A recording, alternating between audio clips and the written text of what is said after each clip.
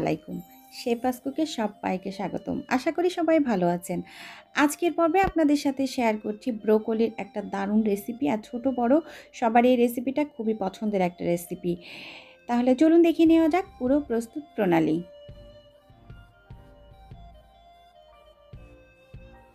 প্রথমেই আমি একটি ব্রোকলি নিয়েছি আর এটাকে আমি এখন ভালো করে কেটে নিব। তো এখানে একটা টিপস দিয়ে দেই, আপনারা যেদিন ব্রোকলি কিনবেন সেদিন যদি রান্না করেন তাহলে এমন ফ্রেশ থাকবে, আর পরদিন রান্না করলে আর ফ্রেশ থাকবে না। তো আমি কেটে নিয়েছি, এই যে আমি এটা পরদিন ওইটা করেছি আগের দিন, পরদিন এটা করেছি, সেজন্য দেখতে পাচ্ছেন একটু লালচে লালচে হয়ে গেছে আর কি ব্রোকলির ফুলগুলো। এখন আমি কিছু চিকেন নিয়েছি এখানে কেটে, তার মধ্যে আমি এখন লবণ দিয়ে দিচ্ছি আর দিচ্ছি একটু এটা সয়া সস। তো এখন আমি মাখিয়ে এটা পাশে রেখে দিচ্ছি, তারপর আমি রান্নাতে চলে যাচ্ছি।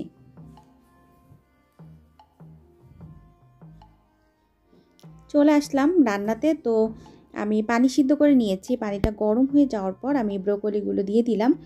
এখন এটাকে আমি একটু সিদ্ধ করে নিব। আর এটা কিন্তু বেশি সিদ্ধ করা যাবে না, ব্রোকলি কিন্তু এমনিতেই সালাদ হিসাবেও খাওয়া যায়, তো এর জন্য খুবই কম সিদ্ধ করতে হবে আর কি। তো আমি 2 মিনিটের মতো সিদ্ধ করেছি। তো এই যে দেখতে পাচ্ছেন সিদ্ধ কিন্তু হয়ে গেছে। তো এখন আমি চুলাটা অফ করে দিচ্ছি। এখন এটাকে আমি একটা চালনির মধ্যে ঢেলে নিব। আর এটাকে কিন্তু এখন আর কোনো নর্মাল পানি দেওয়া যাবে না, যেহেতু সিদ্ধ হয়ে গেছে। চলে আসছি রান্নাতে, কড়াই বসিয়ে দিয়েছি। এই পর্যায়ে আমি এখন কড়ার মধ্যে দিয়ে দিচ্ছি একটু বাটার। আর এই রান্নাটা কিন্তু তেল দিয়েও করা যাবে, বাট বাটারটা দিলে যেটা হয় একটু টেস্টি বেশি হয়, সেজন্য আমি বাটার দিয়েছি। তো এখন বাটারটা গলা পর্যন্ত অপেক্ষা করছি। বাটার গলে গিয়েছে, তার মধ্যে আমি এখন পেঁয়াজ কুচি দিয়ে দিলাম। আর এখানে আমি হাফ কাপের কম হবে পেঁয়াজ কুচি দিয়েছি। আর এখন দিয়ে দিচ্ছি কাঁচামরিচ। আর আমি দিয়েছি আমার পছন্দ মতো আর কি, যেহেতু বাচ্চারা খাবে আমি ঝালটা কম দিয়েছি।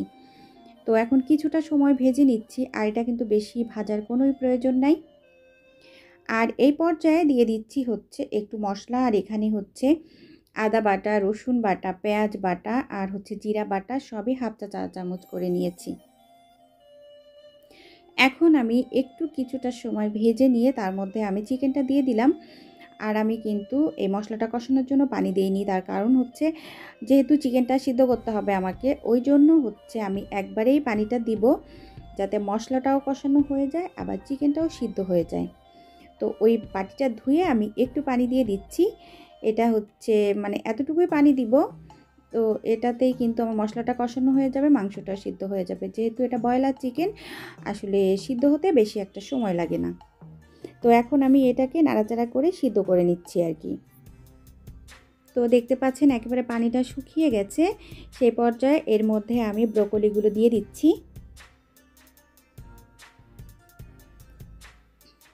আর এটা কিন্তু খুবই মজার একটা রেসিপি, অবশ্যই বাসায় ট্রাই করবেন। আর আমার মনে হয় এটা বাচ্চা বুড়ো সবাই খুব পছন্দ করবে। এখন কিছুটা সময় একটু নাড়াচাড়া করে আর কি কিছুটা সময় একটু কষিয়ে নিব। আর এটা রান্না করতে কিন্তু বেশি একটা সময় লাগে না। আর এখন যেহেতু শীতকাল চলছে, শীতকাল মানেই ব্রোকলি। আর এখন ফ্রেশ ফ্রেশ ব্রোকলি পাওয়া যায়। তো ব্রোকলি দিয়ে কিন্তু অনেক রেসিপি করা যায়। আমি আপনাদের সাথে একটা একটা করে ব্রোকলির রেসিপিগুলো শেয়ার করব। তো এখন আমি কিছুটা সময় একটু ভেজে নিচ্ছি। তো ভেজে নিয়ে এখন আমি পানি দিয়ে দিলাম।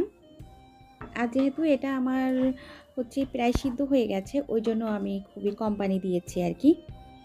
তো এখন আমি পানি দিয়ে কিছুটা সময় নাড়াচাড়া করে আমি এভাবে রেখে দিব। আর এটা কিন্তু আমি পুরোটা রান্না করেছি ঢাকনা ছাড়াই, কারণ আসলে ঢাকনা দেওয়ার কোনোই প্রয়োজন নাই এই রান্নাতে।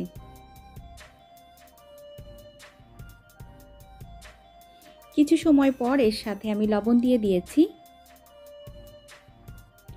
তারপর এর সাথে আমি এখন দিয়ে দিলাম হাফ চা চামচ পরিমাণ, এটা সাদা গোলমরিচের গুঁড়া।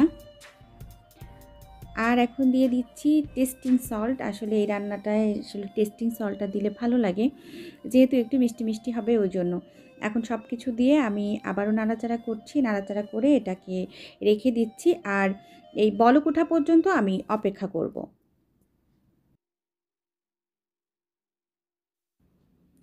কিছুক্ষণ পর যখন বলক উঠেছে, ভালো করে জাল উঠে গেছে আর কি, আর পানিটাও কিন্তু কিছুটা কমেছে।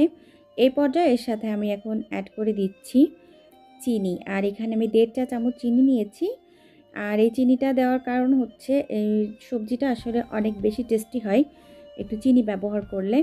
আর রান্না কিন্তু প্রায় কমপ্লিট হয়ে গিয়েছে। এই পর্যায়ে আমি দিয়ে দিচ্ছি হচ্ছে 2 চা চামচ আমি এখানে কর্নফ্লাওয়ার একটু পানিতে মিশিয়ে রেখেছি। তো কর্নফ্লাওয়ারটা এখন আমি দিয়ে দিব। কর্নফ্লাওয়ারটা দিলে যেটা হবে সবজিটা একটু মানে ঘন হয়ে যাবে আর কি। আর এই সবজিটা কিন্তু সাদা ভাতের সাথেও ভালো লাগে, আবার পোলাওর সাথেও কিন্তু ভালো লাগে। তো আপনারা কিন্তু 2টার সাথেই এটা খেতে পারেন, মানে খুবই মজার একটা রেসিপি। আর রান্নাটা কিন্তু আমার অলমোস্ট কমপ্লিট হয়ে গিয়েছে।